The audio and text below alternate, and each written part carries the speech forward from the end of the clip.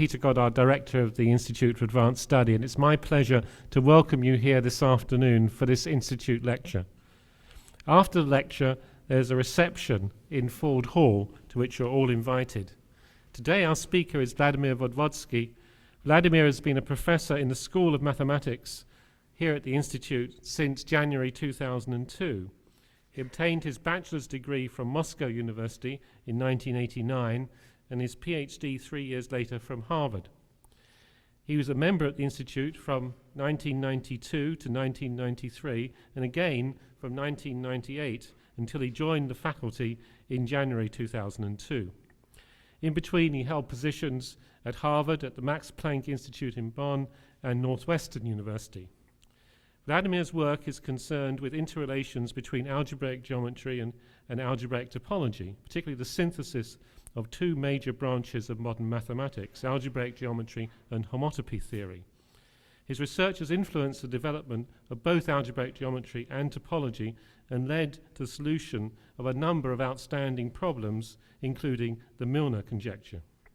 His work is characterized by the way it handles highly abstract ideas flexibly so that they can be deployed to solve concrete mathematical problems. He was awarded the Fields Medal in 2002. Today, his subject is Foundations of Mathematics and Homotopy Theory.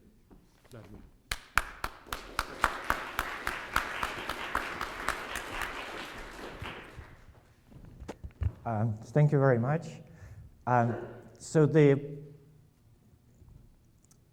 kind of work which Peter spoke about was then, and this is now. So that's kind of a new work. And also I want to say in advance that the talk was prepared mostly for non-mathematical audience. So don't expect many detailed formulas and stuff like that.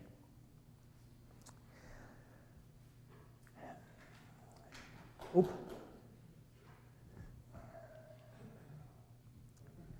I'm sorry, can we break for a second? Who is doing the projector? I'm sorry, we've arranged everything, but now it's broken again.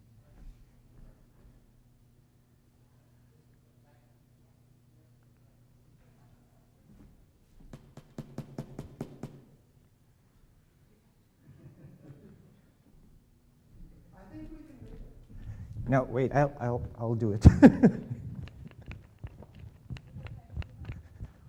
Well, at least I know what has to be done. Okay. Nobody else does. Sorry, it was done, but now it's not working again. So let's get back to this adjustment. Oh, okay. I don't know why it's again all cut off.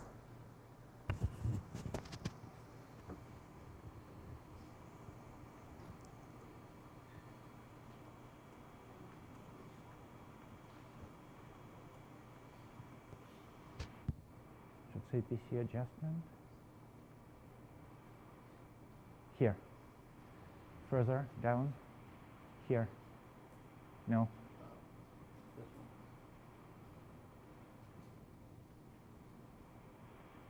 It should be 264. Is that 263? 263, 264 doesn't matter. Yep, let me.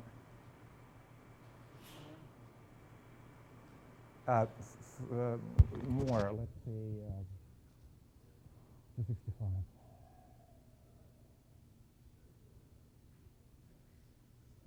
More.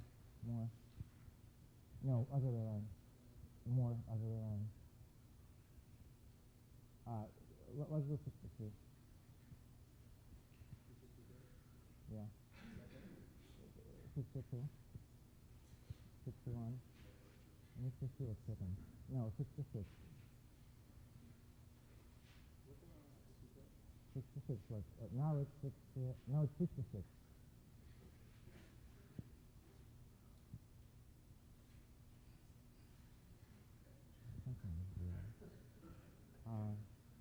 Okay, one more up.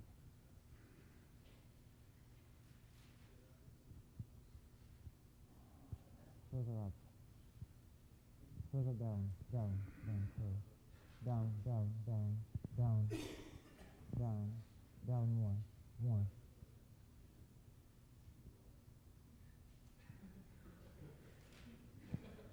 sound more.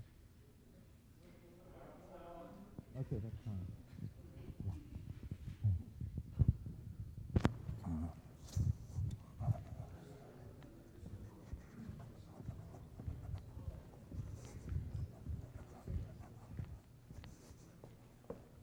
I apologize. This thing had gotten life of its own because we've set up all the numbers correctly in the morning, but suddenly it's all wrong again.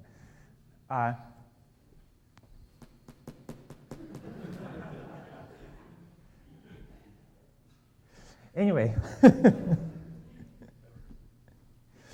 so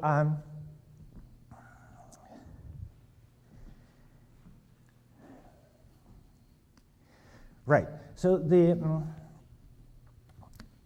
goal of the talk, I want to explain some of the work which I have been doing recently in very broad terms. It's related to the foundations of mathematics, and the first thing which I want to say a few words about is why do we again have to look at the foundations? So people have been interested in foundations of mathematics on and off for centuries, I guess now. And my feeling is that it might be time again to go into the on phase. So the reason I believe we need to look at the foundations is what is called here proof correctness problem. And I think you all had plenty of time to read it. The thing is that as mathematics gets more and more complex, there is an accumulation of results whose correctness becomes more and more uncertain.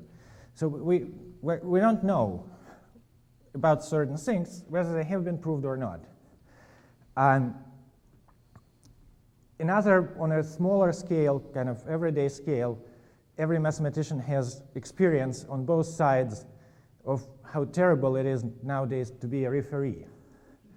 So I have a paper which is about 10 pages long, and it has been lying in a journal for about 4 years now, because a referee can get through. I have been not much better myself as a referee. So the problem is the mathematics is very complex, and if one wants to be responsible for a paper he referees, it takes an enormous amount of effort. So it really slows things down. We do have to do something about it. Now, from my point of view, there is only one solution, except of just going over everything 10,000 times, and this solution is to start thinking seriously about automated proof verification techniques. And many different things today seem to be coming together to make it a reality. So here is a long paragraph which describes my sort of vision of some ideal world situation, how it should look like in 50 years' time. That when I submit a paper to a journal, I submit a text written for people together with references to the formalized proofs of all the results. Now, these formalized proofs are checked mechanically by a computer before the publisher sends a paper to a referee. So when it gets to the referee, a referee knows that everything written there is proved correctly. He has to check whether or not, first of all, the whole thing is interesting, and second of all, whether or not the statements of the theorems, as opposed to the proofs, have been correctly formalized, so that what has been proved is indeed what has been claimed. So that's some kind of a dream world. So why aren't we there yet? The idea of automated proof verification is a very old one. People started to work on this issue as soon as basically computers became common. And there are two canonical first systems which were developed one, I think, somewhere in Netherlands, and another one in Poland. One was called Automaths, another Mizar. So as you can see, it was about 30, 40 years ago. The systems are still alive, especially Mizar. There is still a group who works with it. There are like hundreds, maybe thousands of pages of mathematics which has been formalized and checked with this proof checker.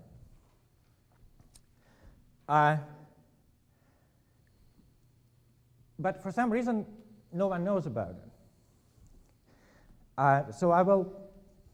One of the things I'll try to explain is why no one knows it and why it's actually not usable. I mean, yes, there is a lot of mathematics formalized in these systems, but in practice, they're not usable. So two main lessons which can be learned by looking at this Mizar and Automath and all their descendants, especially Automath has multitude of descendants.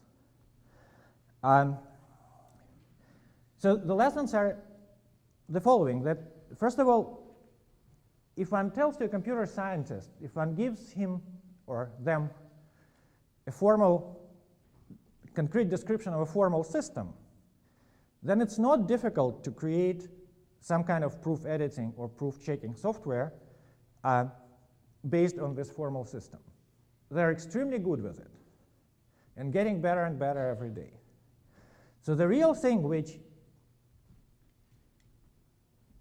stops the show is not in the computer science, it's in mathematics. So I claim that we don't have good approach to formalizing mathematics.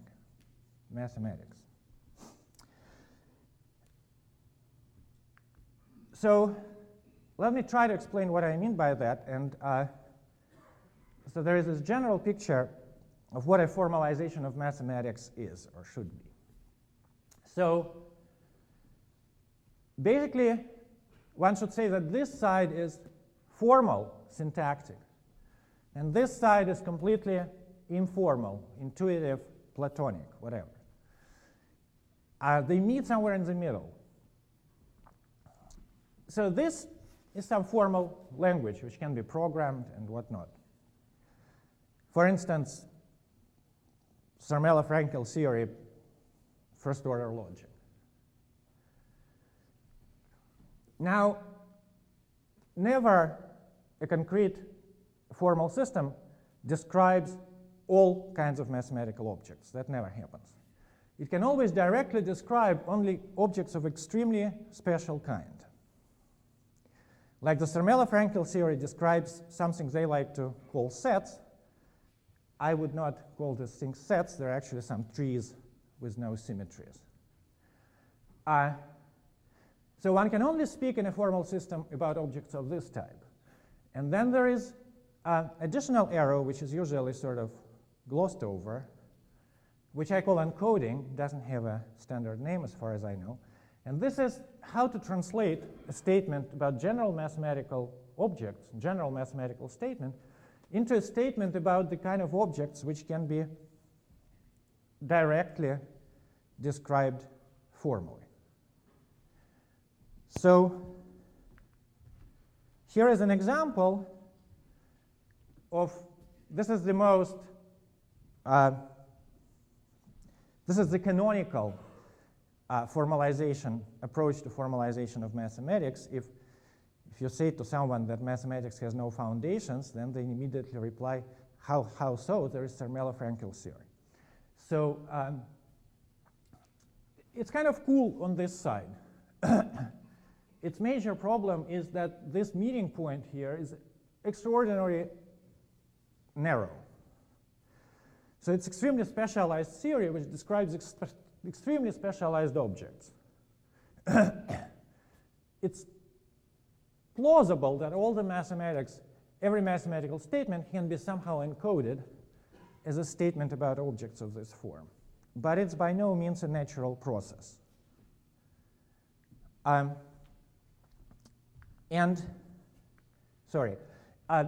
This is actually where all the current approaches to formalization fail. It's in this arrow, in the encoding arrow. So this is something computer scientists are good at implementing. But the practical translation into this special kind of terms is usually very difficult. Now here is, from my point of view, what is the key difficulty, sort of the real most serious problem with all the existing formalizations.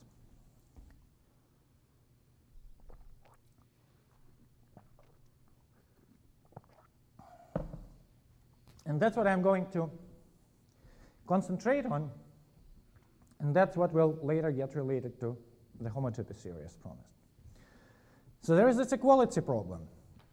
So when mathematics is done, well, there will be, let's go further. I'll give concrete examples. We'll see what I mean by that. So here is one example. That's the most complicated formula in the talk. So let's see what's written here. This says that the sum of natural numbers I from 1 to n is given by this formula, n times n plus 1 over 2. So that's a very simple formula, easy to prove. So for example, it says that like the sum of first 10 natural numbers will be 55 if I didn't make an arithmetic mistake. Now here is exactly the same formula, except now we say that it's a sum of integers, also from 1 to n. So for a mathematician, these two statements are obviously equivalent. No one will even think about proving that they're equivalent. As soon as one tries to explain this stuff to a computer, to formalize it, in all the standard approaches, this equivalence disappears. It especially disappears in the Zermelo-Fraenkel approach, where from the Zermelo-Fraenkel point of view, natural numbers and integers are two extremely different beasts.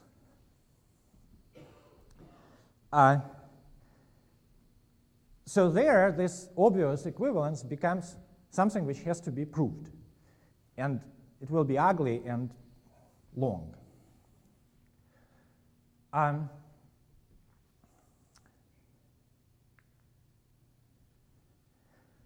So somehow we need to deal. So one needs formalization of mathematics, which can deal with this equality issue in a proper way. So let's consider now a more simple example. So there we had natural numbers and non-negative integers being the same. That's complicated. They're infinite sets. Let's look at something very, very primitive. So the first non-trivial case is the case of sets with two elements. Suppose I have one set with two elements and another set with two elements. They're clearly, in some sense, equivalent. So here is an example of a theorem about a set with two elements. So the theorem says that if I have a set with two elements, 0 and 1, then it has exactly 4 different subsets.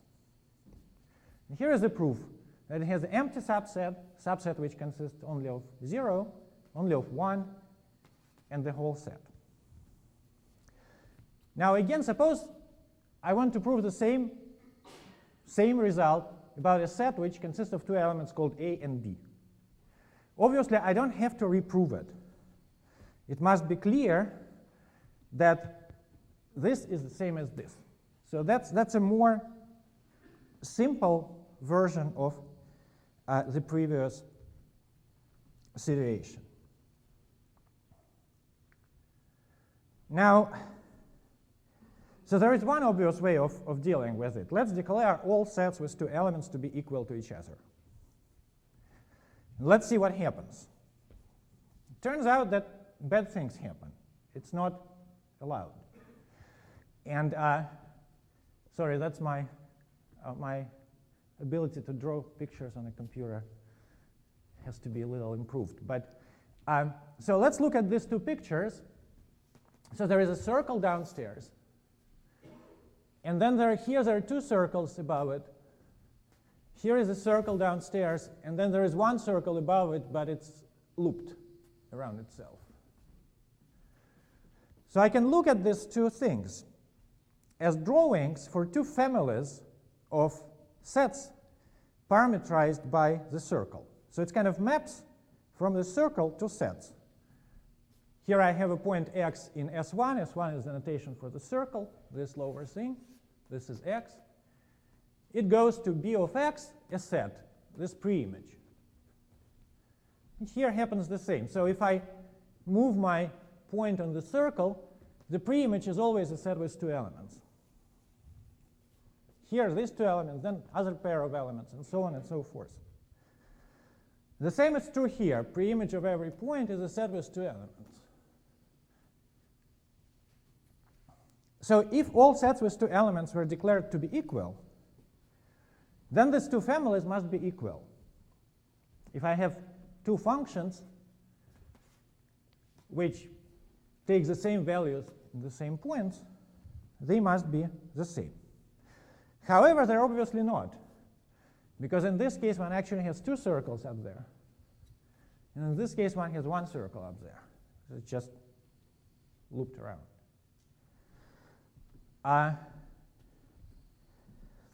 So the reason for that is that there are two different ways to identify the set with two elements with itself. So if I have one set with two elements and another one, I can either identify it like this or like that. Now, if I go back to my picture, if I start walking around the circle, when I move from x to the nearby point, they can kind of get canonically identified. So when I go the full circle, this set over here gets identified with itself in a certain way. So in the first picture, it gets identified with itself in the identity way. And in the second picture, it gets identified with itself by a permutation of two elements. So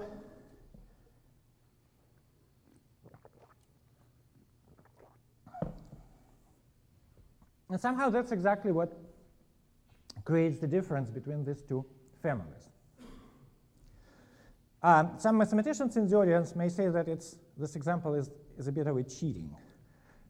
However, as it turns out to be, it's less of a cheating than it may look on the first side. So when we're talking about sets or some other composite objects, it leads to contradictions if we declare two similar such objects to be equal.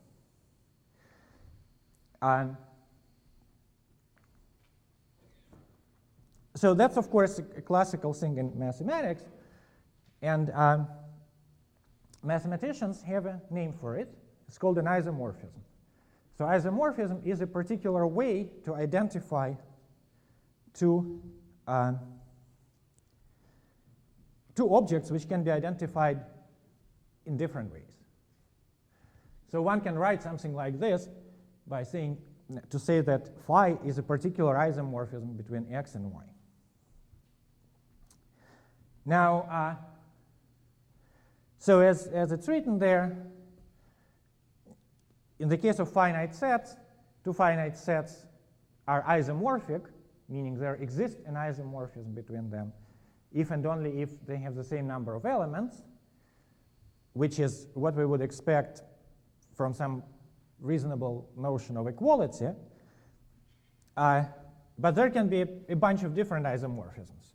So we have seen that there are two isomorphisms between two sets with two elements, but then the number grows, and there are like 120, I think, between two sets with 5 elements, and so on. Now,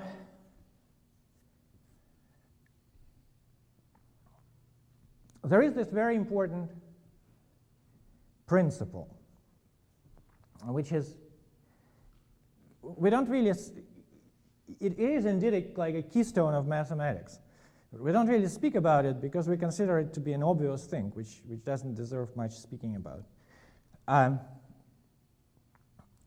So I tried to write it in a somewhat formal way, just to be precise, maybe more formal than is good for this talk, but basically, if I have a theorem about x, and then there is some x prime which is isomorphic to x, then with the obvious replacement of x by x prime in the theorem should remain true.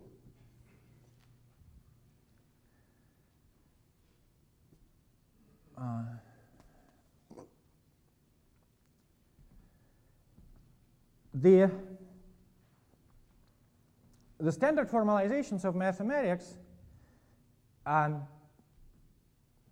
don't take this principle into account, especially the Zermelo-Fraenkel formalization.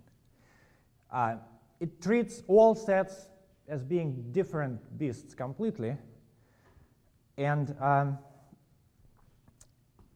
while of course one can define what does it mean for two sets to be isomorphic, a generic statement written in this formal language of Zermelo-Fraenkel theory about a set X might be true for X and completely false for another X prime which is isomorphic to X. So Zermelo-Fraenkel formalization, as well as basically all other formalizations, maybe in a lesser extent, does not respect this fundamental principle. And that's what makes it very hard to use in practice, like for the for some kind of proof verification, because again it means that if I prove a statement about X, and then my colleague needs to use it for some X prime, which he considers to be the same thing as X, because it's isomorphic, he basically has to reprove it. But now the story gets more sophisticated. So this isomorphism principle is an old principle. I think it was first formulated, it was called something like transfer of structure maybe, and explicitly formulated sometime in the 40s or in the 50s in one of the first Bourbaki volumes, when they tried to carefully write down all the known mathematics. Later on, it turned out that it's not exactly enough. I mean, a lot of people still think that it's enough, probably. But, I mean, a lot of mathematicians, but it really isn't. So when so-called category theory became, when category theory was developed, mathematicians encountered objects for which the notion of isomorphism didn't work very well. Same as equality is too rigid a notion for sets, for collections of elements. Isomorphism turns out to be too rigid a notion for some higher order collections. So there was introduced a generic word, equivalence. So one would speak about two categories being equivalent, meaning that they're indistinguishable. So that would be an analog of the isomorphism. And this thing actually goes up indefinitely, and there is this notion of an n-equivalence. We don't use it much in mathematics because it's not natural with respect to the existing foundations. And so we usually stop at the level of about 2. So I would say like 0 equivalence would be an isomorphism, 1 equivalence would be what we call equivalence, say, between categories, 2 equivalence would be equivalence, say, between two categories, but hardly anyone really uses it.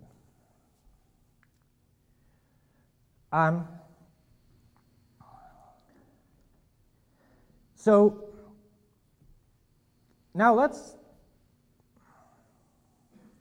kind of let me try to repeat what what one wants from good formalization. So one wants, formalization must respect these equivalences, not only equality, not only isomorphism, not only one equivalences, but all this hierarchy of equivalences should be respected by a good formalization. Otherwise, it's not what we need.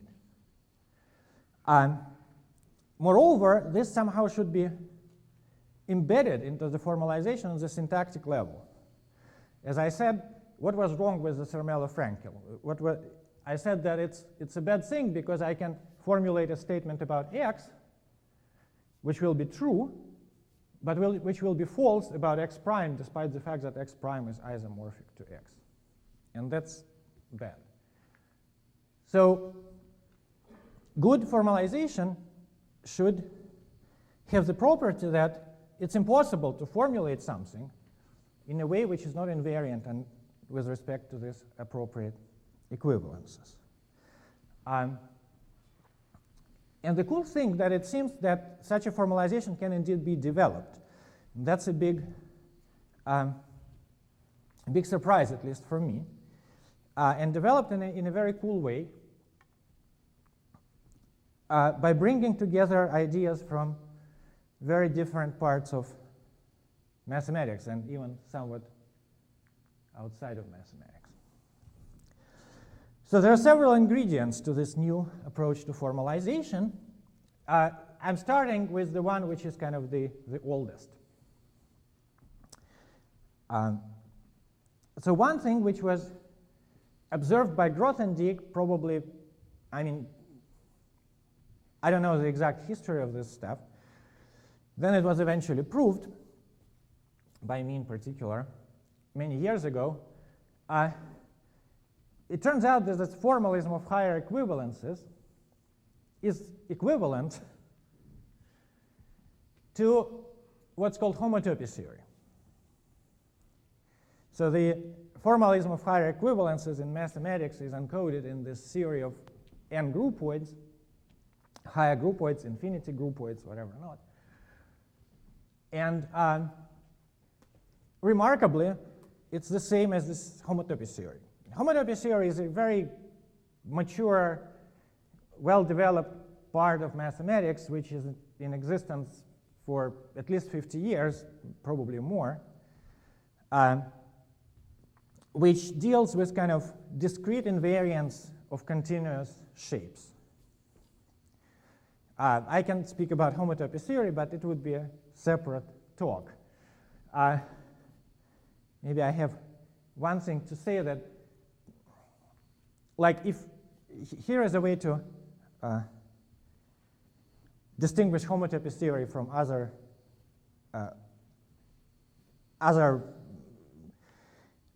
sort of sciences about shapes. If one has a shape of some sort, then this shape has two obvious kind of discrete invariants. One is its dimension. Like a line is one-dimensional, triangle is two-dimensional, so on. Another one is how many pieces it consists of. So the number of connected components. So if one tries to study the first of these invariants, sort of dimension and stuff related to it, one goes the geometric way. If one tries to study and generalize the second of these invariants, the number of pieces, one goes the homotopy theoretic way.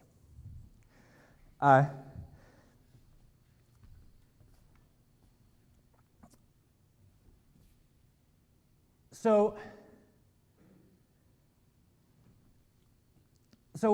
what happens is this equivalence between a theory of higher equivalences and homotopy theory, which combined with some other not very complicated ideas, shows that mathematics can be encoded in terms of homotopy theory such that this encoding respects the equivalences.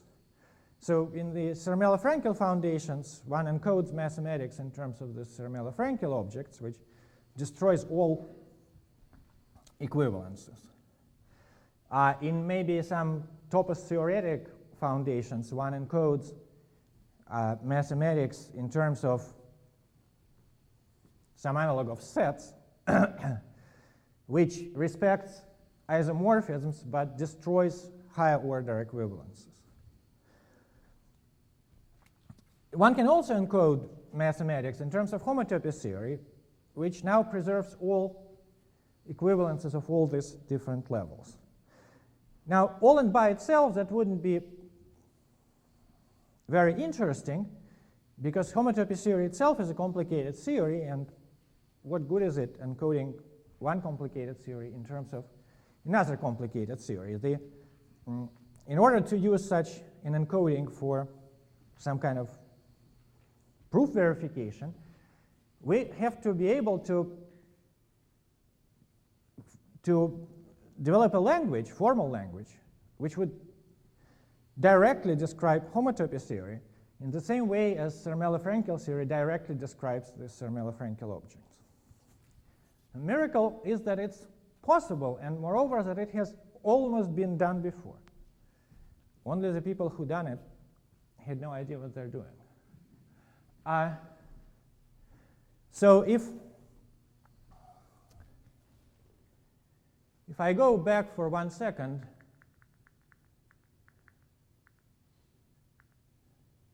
and look at this general diagram for formalization, so I want to place homotopy theory in the middle. Use here this encoding, which is basically, I guess, the simplest possible encoding which respects all the levels of equivalences. And that works fine. So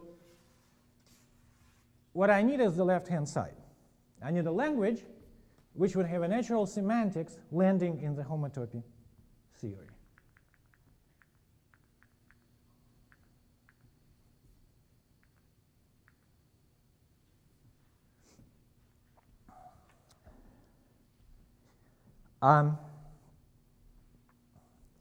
Right, so I should have not gone forward, but gone backwards from that slide. As was mentioned, there were two original computer systems for verification of mathematics. There was Mizar, which is based squarely on the Zermelo-Frankel theory. Actually, Mizar is a beautiful implementation of Zermelo-Frankel theory. The fact that it's not usable is, I think, a very good proof of the fact that Zermelo-Frankel theory is not usable. There was another one which was called Automath, which was done, or I don't know how it's pronounced properly, which was created by a person, I guess, from the computer science side of things, which was much more convenient.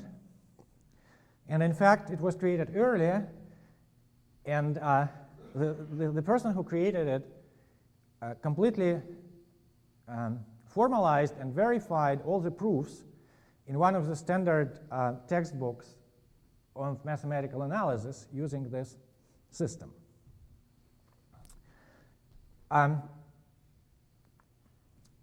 So the language which he used was not the language in Zermelo-Frankel theory, not the first order logic, but something which, as far as I understand, he actually developed specifically for this purpose. I mean, this is now called, this was a language in the class of languages which is now called dependent type systems. I don't want to go very deep into this stuff, but the key thing is something like that suppose I have n-dimensional space. So I would write it Rn. That's a type. I mean, its members are n-dimensional vectors. But it's a type which depends on n, where n is a natural number. So it's a type which depends on a member of another type. So that's a typical example of what's called dependent type. Another more sophisticated example may be, say, the class of all algebraic varieties over a given field. That's a type which depends on the field. which is itself a member of the type of fields. Of course, in mathematics, in real-world mathematics, these dependencies and iterated dependencies are widespread. However, they were completely absent from the syntactic side of things until, as far as I understand, this work of De Bruyn on Othermass.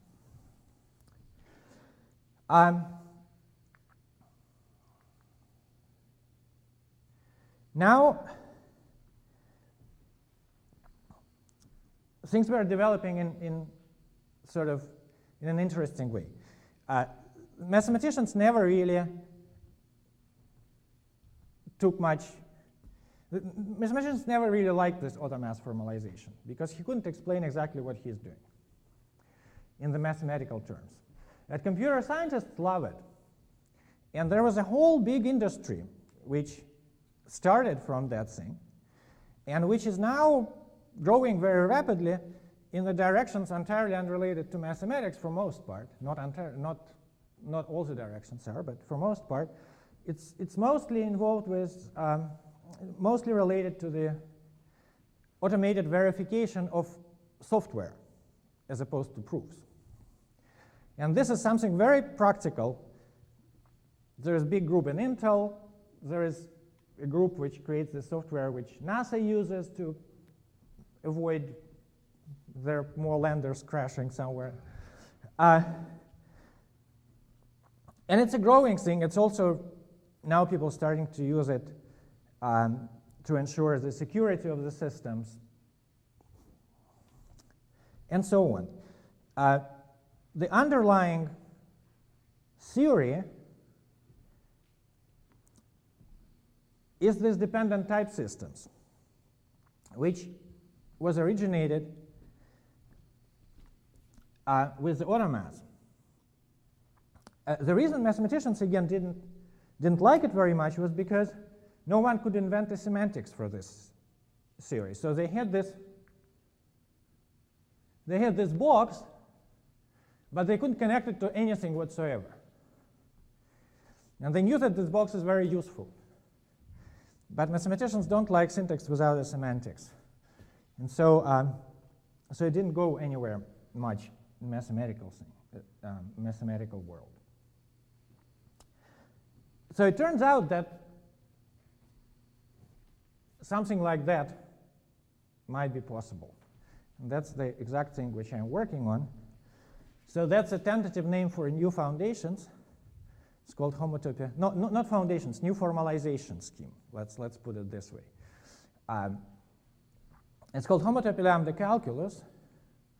And the box, the syntactic side, is some language, some system which belongs to this class of dependent type systems with some quirks.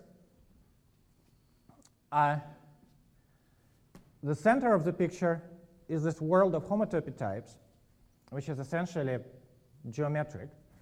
So I can draw pictures when I want to prove theorems here, or not even here, when I want to prove theorems about this language, about the logical theorems, I actually draw pictures. And then one can use this encoding, which respects equivalences, to translate general mathematical statements into statements about homotopy types, usually very special homotopy types. So my understanding is that this thing is really programmable, and that maybe someday in 5 or 10 years, when my next rotation for the faculty lecture comes, I'll be able to report and show some screenshots of how we now all do mathematics in this system. Thank you.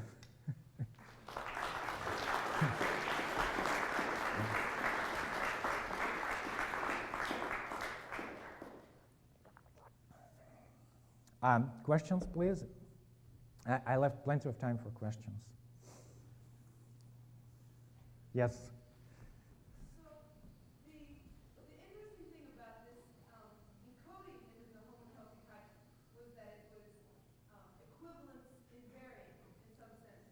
And so it seems like for this to be interesting, this new semantics needs to have some kind of equivalence invariance.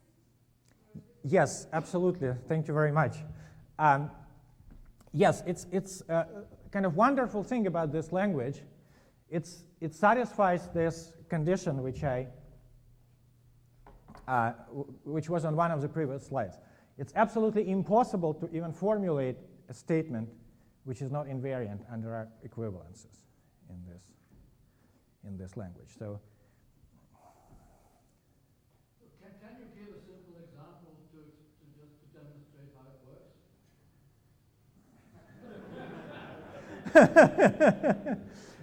which part of it? The last piece, just that picture you had up there.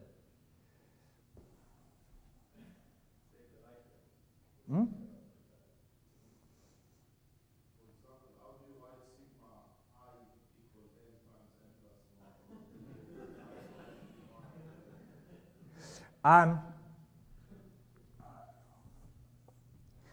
Well, exactly how I write it depends on the exact nature of the. It's kind of more like a higher level language than lower level language. But well,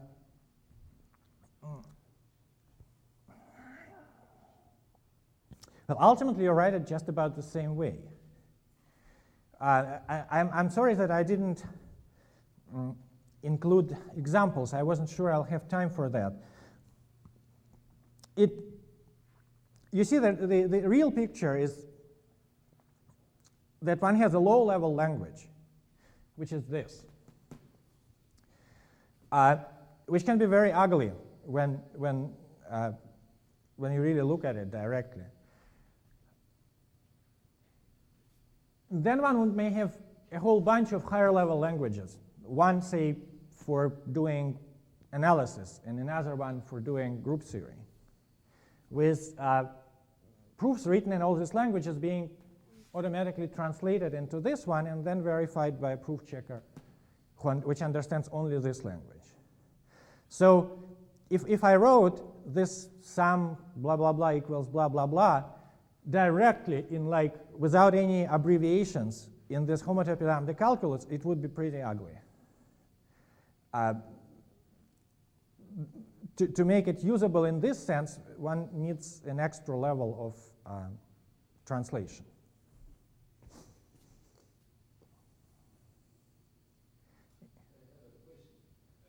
How much do you think the way papers are written today will have to be modified so that they could be processable when you do an automated refereeing system, the correctness part?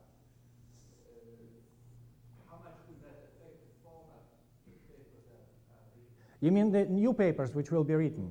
Not how to. So that they can be processed by the system. You know, when I'm writing about this, I'm writing a paper right now about this stuff. And beginning from about the middle of that paper, I do need to include some formal statements because I'm proving something about the language. It seems to be pretty easy, actually, to integrate it. So I just have a theorem which, if I have nice enough abbreviations, looks basically quite readable. Of course, a proof, if I want to include it, would look horrible. So the idea would be that the kind of low-level proofs will not be readable, but the statements will be readable. And the rest of the text is just like the usual text. So I would imagine it would be the papers which one considers now as computer-assisted proofs, that they already somewhere match the kind of format, this same format, where there is a part that is really an automated verification. Could you say it again, sorry? I'm saying the papers like four-color problem of the Jacob Book, which are partly computer-assisted, to some extent, you already match this format, that there is a piece which is verified by computer in an automated way, and nothing more than that, where there is no human intervention anymore. I haven't really looked at these papers because, I mean, this four-color theorem and This is what you were referring to when you mentioned the paper you were writing yourself, that there is some part which is checked by, which can be verified by a computer, or there is still a human intervention there. so it looks like that. There is a text. Right. And then there is a definition, discussion, why I'm doing this, why I'm doing that. So the normal mathematical discourse. Let this be this, let that be that. Then at some point there is a theorem. The theorems in this language come into the form of, as it says, inhabitation of some type. So there is some expression which is understandable. You can read it, it fits into one line, okay? So it's easy to understand. And then there is a theorem, and I say, okay, this expression is inhabited. This type is inhabited. So I have to present this term which inhabits the type. This term may be 5 pages long of letters. So it's impossible to humanly understand. So there goes a reference to this file with this formal thing, and one can run it through a proof checker and verify that it is indeed a term of this type. But the statement as well is quite understandable. So that's the picture in my head. The author of this paper, does he find the proof by conventional methods and then somehow translates it into that machine language? So the workflow, so to speak, involves, I mean, we don't really know because it hasn't been tried too many times, but typically there's this interactive proof assistance, kind of editors of proofs, of formal proofs for this particular system. So a person, of course, at first one probably thinks of a proof in one's head, at least kind of the general outline of the proof, general layout, because I usually also think about my proofs on my couch in my office as opposed to sitting at a computer. So, so you first invent a proof, then you split it into smaller pieces. Then at some point, the place where it has to become, where it should become useful is when one has to go through technical lemmas. So instead of going through these technical lemmas on paper, one goes through these technical lemmas straight in this proof editor and writes them in the format which is directly verifiable by the computer. And I think that should be helpful also in terms of preparation, because one doesn't have to verify one's own proofs as many times as we now do, because if it has passed the check, it's done. One can move further. Yes? Does this machinery give you the prospect of being able to have computers prove new theorems for you, things that you didn't know were true before? It's not today.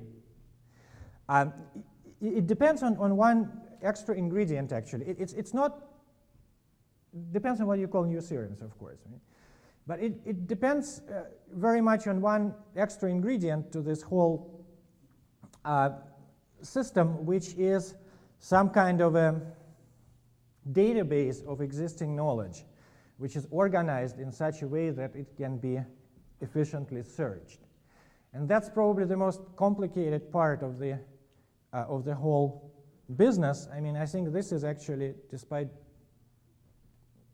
looking weird, it's quite realistic, and we'll really see it happen soon. This database is a complex thing. So if one can build something like such database, then it's plausible that one can have a computer program which would sort of try to build it up. But it needs to know what to build up. Yes? No. Okay. From left to right, sorry. No, you go first. In computer science, people consider the proofs that can be checked randomly. So, and somehow it seems that this gives you much more power. So you allow your checker to use randomization, and then you know that the proof is correct, but you have some tiny probability of making an error. And you say that you are not considering such. I will answer. So the checker itself should be a very simple program. checker is not, the way these languages are constructed, the checker is a simple thing. It's kind of writing a proof checker for a given system is on the level of a senior thesis. So it's like a, I don't know, it's like something which verifies, it's like your tech, whatever, compilator. There is no reason to introduce any randomization in it. It works without randomization, and it just scans everything symbol by symbol, basically, and verifies that everything is composed correctly. So that's not... You can show that in some cases, if you allow randomization, then this checking procedure can be much more efficient. So maybe it will be a kind of longer, so this is what is called probabilistically checkable proofs. And in some ways that you can really formulate precisely, every mathematical proof can be written in such a way that to check it, you just have to look at a few random places, and you will do some very simple computation. You will just check that some several bits, there's some 8 to 0 or something like that. Well, that might be an interesting direction of thinking, but I'm sure that for mathematicians to accept such a system, not only does it have to go and check every single bit, but there probably should be 20 different systems sitting in 20 different places in the world, which will have to verify 20 different times, one after another, for us to be sure that everything is correct. So I'm sure that, but there is another issue, which is not proof checking, but sort of this proof composition. Because when one actually writes a proof, even in the existing systems, one of course doesn't write it. This proof editing thing would be useless if one just had to write everything letter by letter. So this proof system, proof editing system always has some power of filling in the gaps. That basically also relates to the question of new theorems. So this is a question of how big a gap it can fill in. So all systems have ability to fill certain gaps. And it's extremely important from the practical point of view to make systems which can fill as wide a gap as possible. And that, because this is extremely a time-consuming process, and that's where some kind of randomization, both in checking and in generation, will certainly be useful. I have no doubt about it. But not in the final checking. I just don't think the final checking is such a complex procedure. Well, the proofs can be very long when you write them in a formal way. Looking at all of them may be difficult. We'll see. That will need to play with an implementation. Yes. We have lots of results, and some of them are incorrect, and they're already published, and it's not in the language that we propose. Is there any way of checking back those results before actually building up a new development of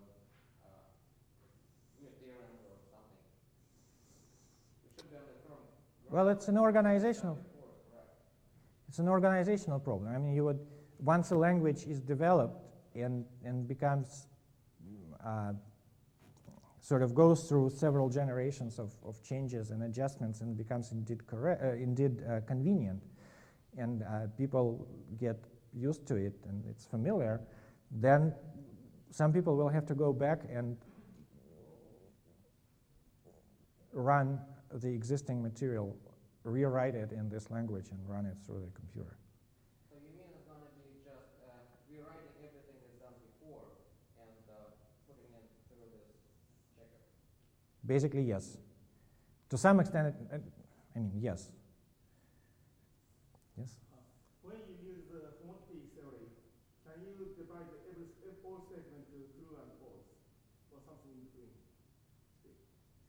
Why do I use homotopy theory? Can I mean, Like problem with set theory, whether statements are always true or false. well, here statements are also true or false to some extent. Although in set theories there are not. Well, this is a yet another side of things. There is this completeness and incompleteness. What is true? What is false? What is decidable?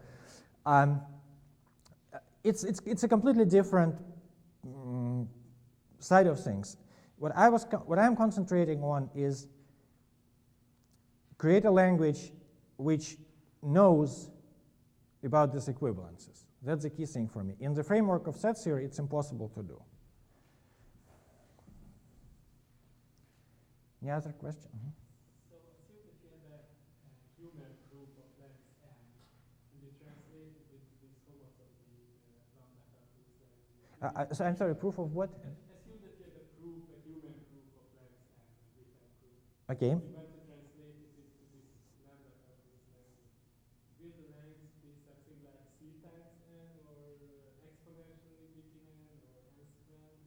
Oh, that's an interesting question. So we don't know about homotopy lambda calculus, but there is actually a lot of experimental material in the older formalization systems. And that's called something like de Bruijn coefficient. It's linear. It's linear, and moreover, apparently it's pretty invariant with respect to the hardness of mathematics, surprisingly enough. And the coefficient, I don't remember now the number. It depends on the language, of course. But for the original automass, it was maybe around 40 page by page. And I think for there is this Nurple system in Cornell, they claim to have a coefficient of about 6. Yes. Yes? So what's the difference between a natural number and an integer? No, wait. So in general, the difference is that natural numbers are only starting from 0, and integers also go in the negative direction. So that's the substantial difference. Now, on the other hand, if you want to define what is an integer, in mathematics, and even at school nowadays, as I know, one defines an integer as an equivalence class of pairs of natural numbers. So an integer is interpreted as a pair. Anyway, one writes a, b, and by that one means the integer a minus b. So when one formalizes it this way, integers don't look anymore like numbers. They look like something completely different. Even the non-negative integers, despite the fact that they're the same as naturals. And that's a problem. Yes? Are you simply saying that mathematics is getting so complex that the human mind can't deal with it? It's not the human mind, and it's not mathematics. It's more like mathematical. It's just getting, I don't know, too complex, too competitive. I don't know what. It's not like human mind cannot deal with it. It's that mathematical community cannot deal with it. It's not an individual problem. It's a community problem. Community cannot check the proofs produced by its members. It just doesn't have enough time, enough energy, enough will to do it.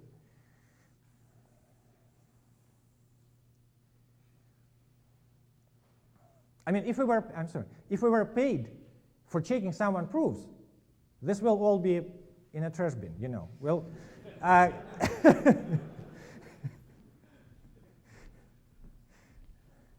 yes. What you said, I think there's also a sort of interesting social question here. I mean, do we actually want proofs that no human can understand in finite time?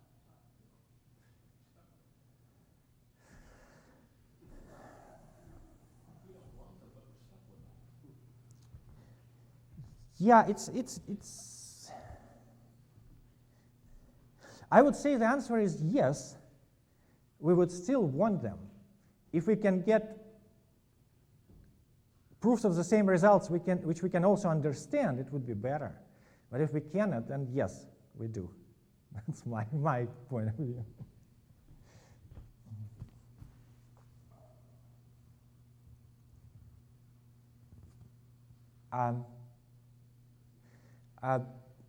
Thank you very much.